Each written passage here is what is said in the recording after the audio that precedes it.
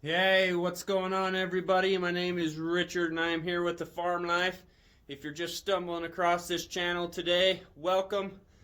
We discuss various topics on here, including Boer goats, honeybees, and landscaping projects. So if that's something that might interest you, go ahead and smack that subscribe button and slap that like button for further videos. And today's topic, I just wanted to talk about hay, the difference in the big bales and the small bales. So let's get right into it. Alright, in today's episode I want to talk about hay.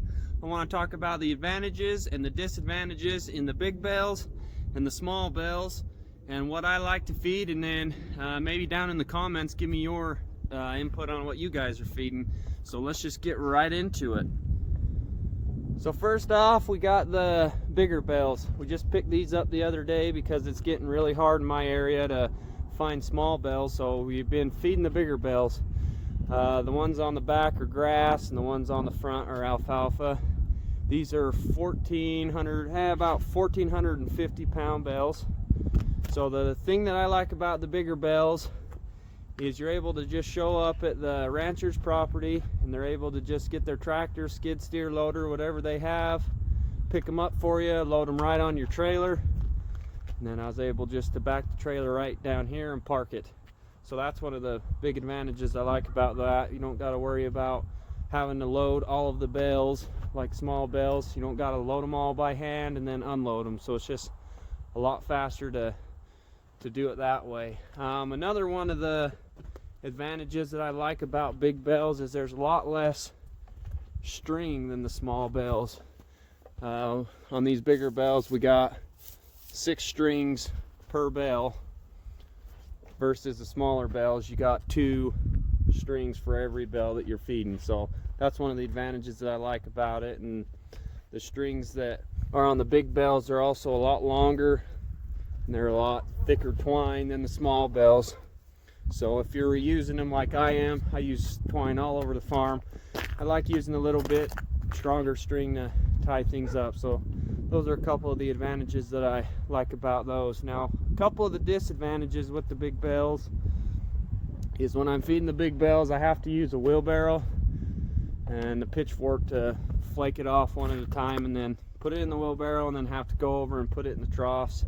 So that's kind of a little bit more time consuming. And then the other thing that's kind of hard with the big bales is if you're a smaller farmer like I am, I don't have a tractor or loader or anything quite yet, so I got to figure a way to get these bales off to where I'm stacking the hay over there. So I got to find someone with a loader or skid steer or have someone come over and help me get those puppies off.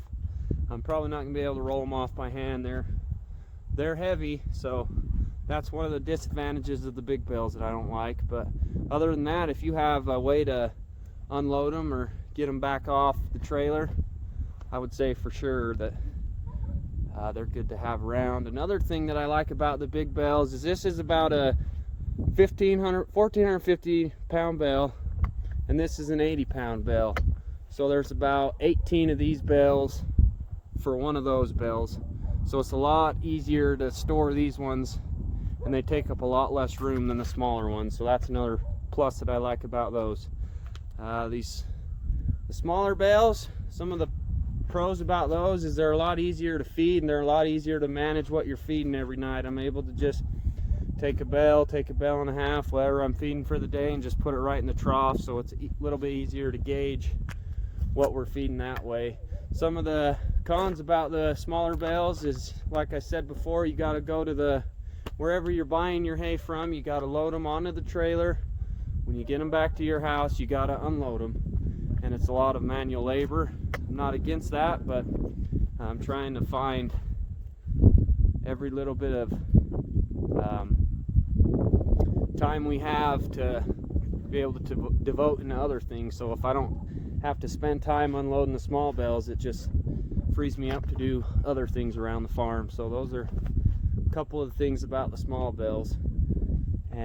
Another thing about them is they're getting kind of hard to find in my area. A lot of people have switched over to the big bales and they're doing these big square bales or they're doing the big round bales. So it's getting a lot harder to find the small bales in my area. So that's why we're probably switching over to the bigger bales. So yeah, that's what I'm doing around here. We're feeding the big bales. We do still have some of the small bales in the barn. I like to have those around for kidding time. It's a lot easier to feed a flake of that into the individual doe pens instead of having to deal with the big bales. So I like to keep both on hand. I usually keep the barn full of small bales, and then we feed these bigger bales to the main herd. It's a lot easier to feed bigger groups of them than have to split it up into individuals. So that's what we're feeding right now, is the big bales and the small bales.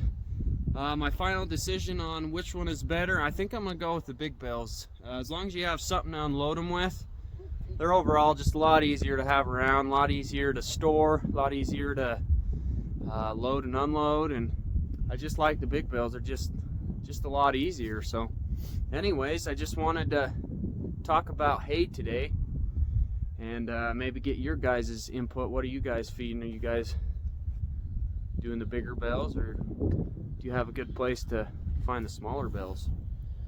So anyways, just wanted to bring you guys that video, and we're just out here piddling around the farm today, just doing little things here and there. So I just wanted to talk about hay with you today. So anyways, until the next one, thanks guys.